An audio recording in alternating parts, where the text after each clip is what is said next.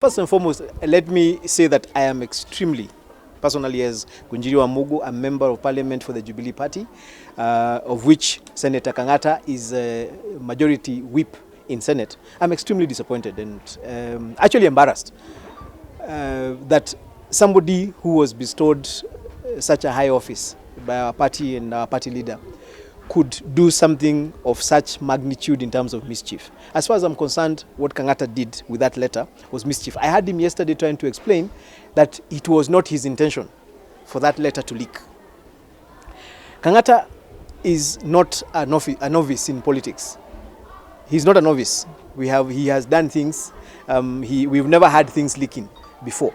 So he cannot tell us that he did not intend for this one to leak. As far as I am concerned, Kang'ata deliberately leaked that letter. First and foremost, he sat down and deliberately developed a concept of how he's going to puncture the process of BBI, wrote that letter, leaked to the press himself. Because it was interesting to note that he was responding to that letter over 24 hours later after he had come out. That is when he was trying to explain that no, I did not intend for it to leak. It is because after it leaked, after he deliberately gave it out to the press, the reactions were not what he expected. Anybody who thinks that Jubilee's fortunes are sinking in Mount Kenya because of BBI is completely misguided. I have just given you a good example.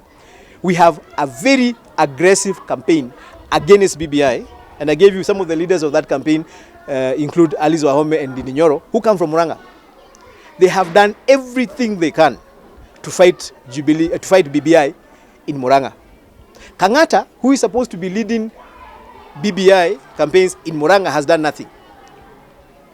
But he is now telling us, despite doing nothing, and despite Alice and Dede and other people doing everything they can, we have 20% support in Murang'a. Now, when we start doing something, for example, in Murang'a, we have at least 6 members of parliament who support BBI. When they roll out their campaign, they will whitewash Alice and Dede, for sure, if what the figures we are getting from Kang'ata are correct. It means that by the end of this week or next week, and I want to tell Kang'ata something. I don't even want him to sell BBI. We want to give him the job of doing polls every week. He can do a poll every week and release it. So he released the first one, told us where we are. Next week on Friday, he should go and release another poll and tell us. Then after 3 weeks, he should release another poll and tell us. We don't expect him, because he cannot sell BBI. We are quite clear he cannot sell BBI. Him is looking for excuses not to sell it. We will not ask him to sell BBI. We will sell BBI. We don't even want the president to come and sell BBI. We will sell it ourselves. Kazi ya Kang'ata itakuwa kufanya poll. Kila wiki anafanya poll, ana release. Anafanya poll, ana release. Then we discuss those polls. Yes. Kang'ata doesn't deserve to be the majority leader of the Jubilee Party in Senate. But I also think that he's looking for an excuse to get fired, so that he can now say he was fired because he said the truth. So we first need to prove to him that what he said is not true, and then he can get fired. I would like him to be fired after BBI,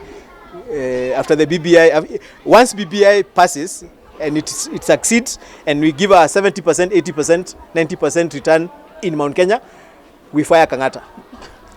But we also should not give him any job as regards BBI between now and then. Kazi yake atakuwa akifanya polls. That is the work we have given him.